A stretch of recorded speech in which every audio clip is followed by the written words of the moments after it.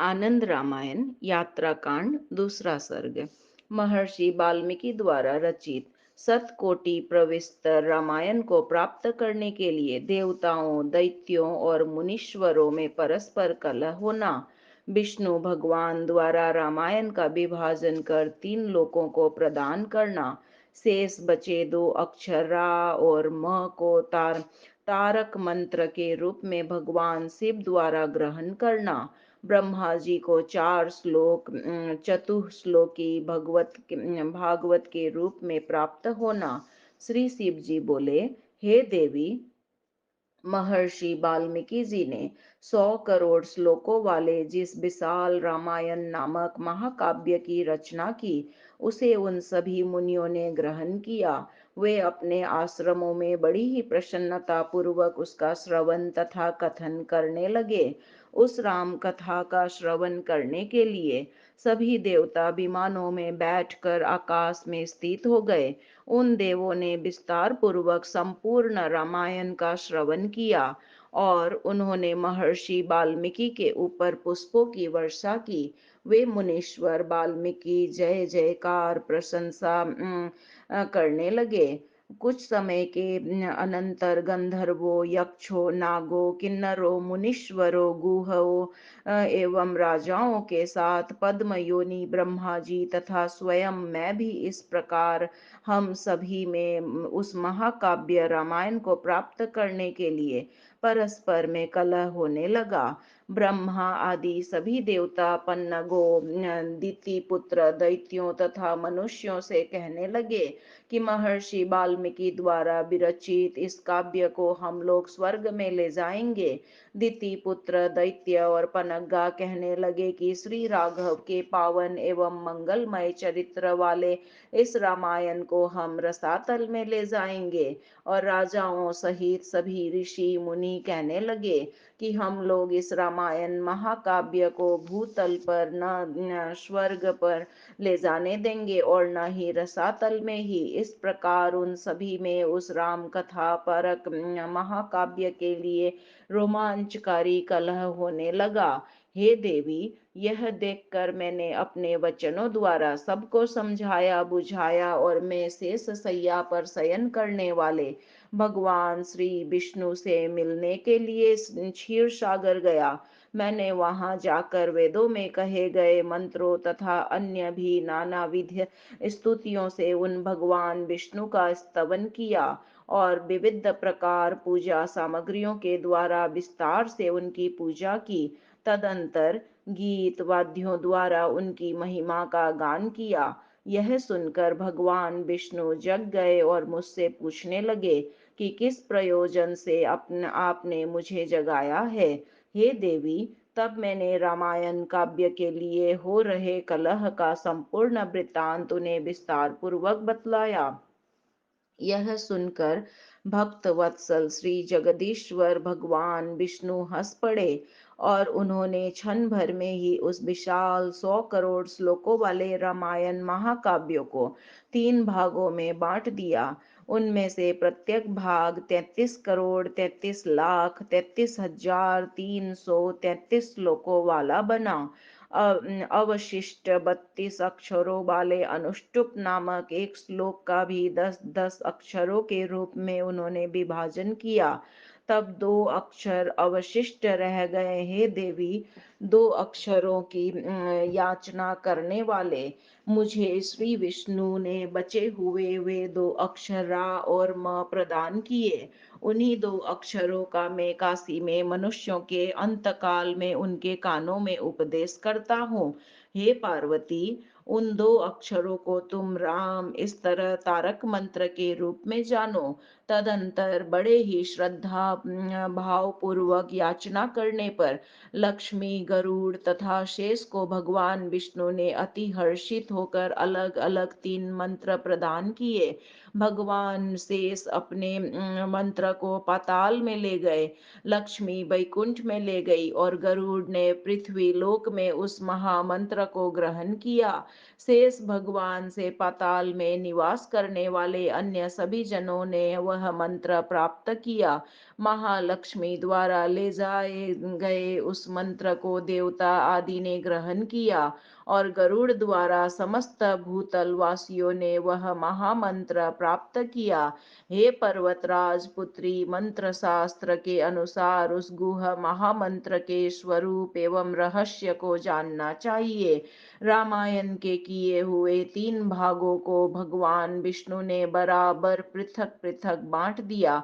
परमेश्वर विष्णु ने पहला 33,33,33,333 मंत्रों वाला भाग देवताओं को दिया। इतने ही परिमाण का दूसरा भाग मुनीश्वरों को पृथ्वी लोक के लिए दिया और उतना ही तीसरा भाग पाताल लोक के लिए नागों को प्रदान किया। तब देवगण अपना भाग बड़ी प्रसन्नता पूर्वक स्वर्ग लोक में ले गए। पन्नग आदि अपना भाग सहर्ष पाताल में ले गए। हे पार्वती, तीसरा भाग मुनीश्वरों के लिए पृथ्वी में रह गया। हे देवी, विष्णु भगवान द्वारा उस पृथ्वी लोक के भाग का भी जैसा वितरण किया गया उसे मैं तुम्हें विस्तार से बताता हूँ। उस पृथ्वी तल वाले भाग को विष्णु ने पृथ्वी के 7 द्वीपों में बांटा।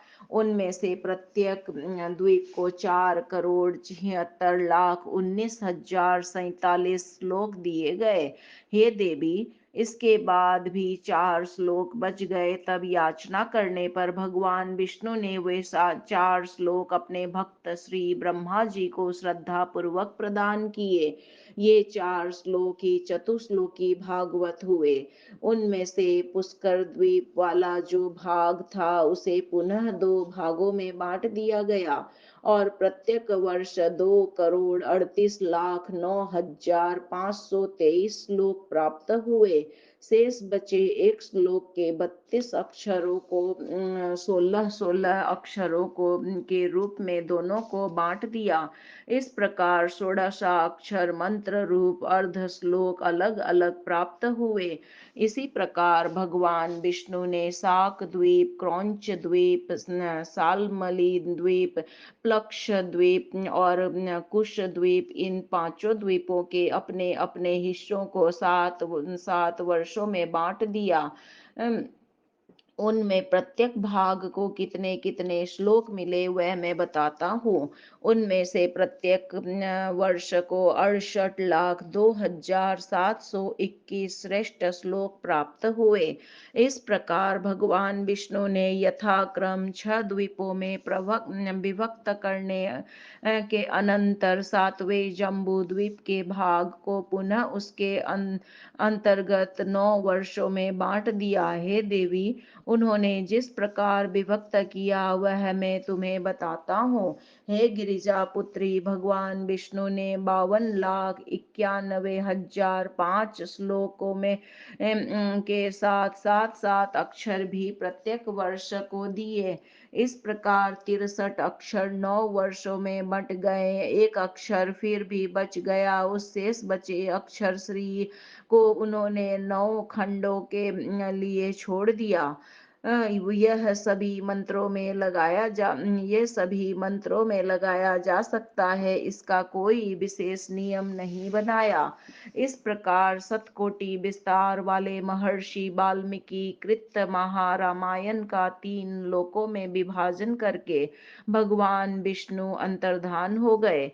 हे देवी, अत्यंत बुद्धिमान दशानन रावण कलयुग में मनुष्य को कम बुद्धि वाले, अल्प आयु वाले एवं व्याकुल होंगे, यह जानकर अपनी बुद्धि के बल प्रभाव से उनके लिए वेदों से 100 भाग करेगा। इसके अतिरिक्त हे देवी, भगवान श्री कृष्ण भगवान वेद व्यास के रूप में पृथ्वी लोक में अवतरित होकर मानव के कल्याण के लिए महर्षि वाल्मीकि कृत उसी महाकाव्य रामायण के नव वर्षों में अन्यतम भारतवर्ष को प्राप्त हुए।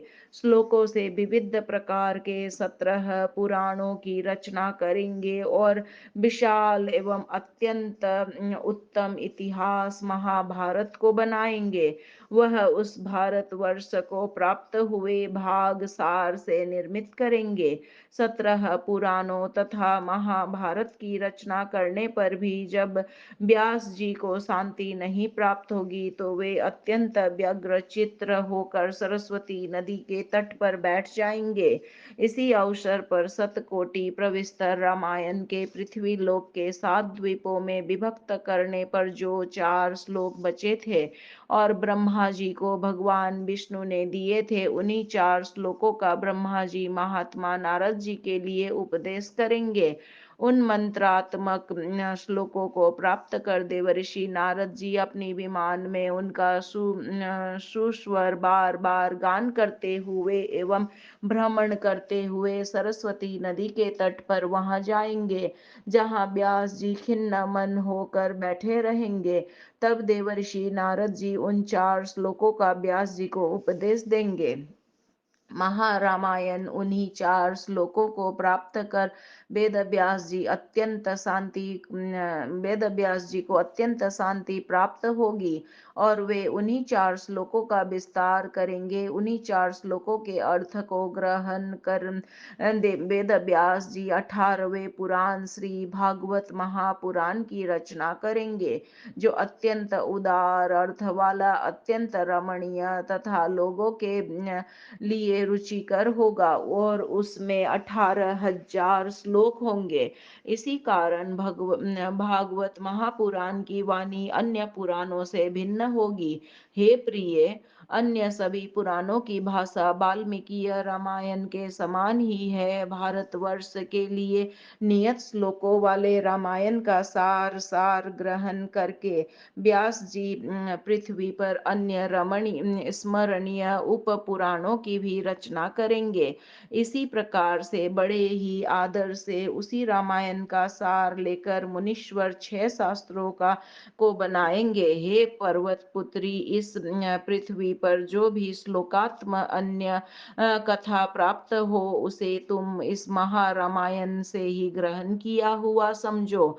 पार्वती जी बोली, हे शंभो, मैं आपसे रामचरित के उन 4 श्लोकों को सुनना चाहती हूँ जो संपूर्ण पापों को विनष्ट करने वाले हैं और जिन्हें ब्रह्मा जी के मुख से सुनकर देवर्षि नारद जी ने व्यास जी को बताया तथा जिन 4 श्लोकों का आश्रय लेकर ही मुनि वेद व्यास जी श्रेष्ठ श्रीमद् भागवत महापुराण की रचना करेंगे। आप उन 4 श्लोकों को मुझे बताने की कृपा करें। शिव जी बोले, हे देवी, तुमने बहुत अच्छी बात पूछी है, तुम सावधान होकर सुनो। मैं देवर्षि नारद जी द्वारा व्यास जी के लिए उपदिष्ट 4 श्लोकों को तुम्हें बताता हूँ। व्यास जी से पूर्व देवर्षि नारद के समक्ष राम कथा के इन 4 श्लोकों को भगवान विष्णु ब्रह्मा जी को उस समय बताया था जब उन्होंने शतकोटि प्रविस्तर महारामायण का तीनों लोकों में तथा पुनः पृथ्वी लोक में विभाजन किया था। 7 द्वीपों में विभाजन करने के बाद भी शेष 4 श्लोक बच गए थे। उन्हीं अत्यंत पुण्य प्रदायक 4 श्लोकों को जो विष्णु जी ने ब्रह्मा जी को बताए थे, ध्यान पूर्वक सुनो। श्री भगवान बोले, हे चतुरानन, मेरे जितने स्वरूप है, जिस प्रकार मेरी सत्ता है और जो मेरे रूप गुण कर्म है, मेरी कृपा से तुमको उसी प्रकार का तत्व विज्ञान हो। सृष्टि के पूर्व केवल मैं ही था। मेरे अतिरिक्त जो स्थूल सूक्ष्म या प्रकृति है, इनमें से कुछ भी न था। सृष्टि के पश्चात भी मैं ही था। जो यह जगत दृश्यमान है, यह भी मैं ही हूँ और प्रलय काल में जो शेष रहता है वह भी मैं ही हूँ, जिसके कारण आत्मा में वास्तविक अर्थ न रहते हुए भी उसकी प्रतीति हो और अर्थ के रहते हुए भी उसकी प्रतीति ना हो, उसी को मेरी माया जानो। जैसे आभास एक चंद्रमा में दो चंद्रमा का भ्रामात्मक ज्ञान, और जैसे राहु राहु ग्रह मंडलों में स्थित होकर भी नहीं दिख पड़ता, जैसे पांच महाभूत उच्चावच भौतिक पदार्थों में कार्य और कारण भाव से प्रविष्ट और अप्रविष्ट रहते हैं, उसी प्रकार मैं इन भौतिक पदार्थों में प्रविष्ट और अप्रविष्ट भी रहता हूँ। इस प्रकार मेरी सत्ता है। आत्मा के तत्व जिज्ञासु के लिए इतना ही जिज्ञास्य है कि जो अन्य व्यवतिरिके से सर्वत्र और सर्वदा रहे वही आत्मा है। चित्त की परम एकाग्रता से इस मत का अनुष्ठान करे। कल्प की विविध सृष्टियों में आपको कभी भी कर्तापन का अभिमान न होगा। श्री शिव जी बोले, हे देवी, भगवान विष्णु ने ब्रह्मा जी को जो 4 श्लोक बताए थे वे यही है। मैंने तुम्हारे समक्ष इन्हें बता दिया। ये श्लोक अत्यंत पवित्र, पापों का विनाश करने वाले, मृत्यु लोक के प्राणियों को ज्ञान प्रदान करने वाले और तत्काल ही अज्ञान को विनष्ट कर देने वाले हैं। अतः श्रेष्ठ जनों को इनका अवश्य ही पठन, श्रवण, मनन एवं चिंतन निरंतर करते रहना चाहिए। हे देवी, तुमने रामचरित की जो प्रारंभिक कथा मुझसे पूछी थी वह मैंने तुमको बता दी, और भी मैं आगे कुछ बताता हूँ, तुम उसे सुनो।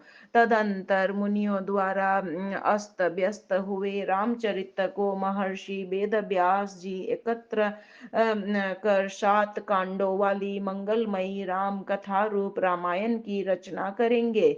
इस प्रकार मुनि वाल्मीकि जी रामायण की रचना कर 24,000 श्लोकों वाली संरक्षा करेंगे।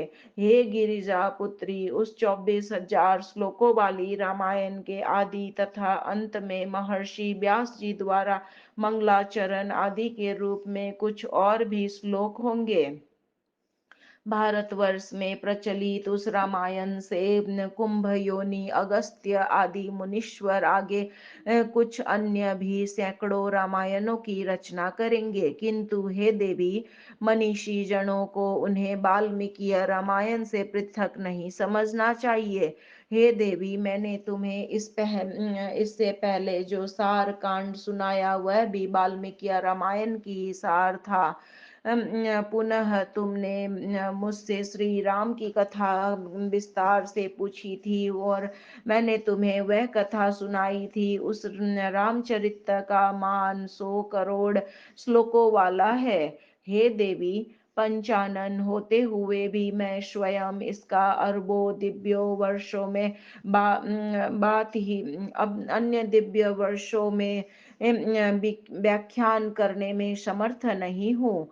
फिर अन्यों की तो बात ही क्या है। इसका महर्षि वाल्मीकि जी ने अपनी तपस्या के प्रभाव से निर्माण किया है। अतः मैं सार सार भाग ग्रहण कर संक्षेप में ही तुम्हारी प्रतीति के लिए अत्यंत मंगलकारी यात्रा कांड की कथा कहता हूँ, जिस राम कथा को आगे चलकर रामदास विष्णुदास को बताएंगे। उसी 100 करोड़ श्लोकों वाली रामायण को मैं अपनी ज्ञान दृष्टि से देखकर तुम्हें सुनाता हूँ। सर्ग 2 यहाँ पर संपूर्ण हुआ। सियावर रामचंद्र की जय, पवन सुत हनुमान की जय। श्रीमन नारायण नारायण नारायण, भजमन हरि नारायण नारायण नारायण।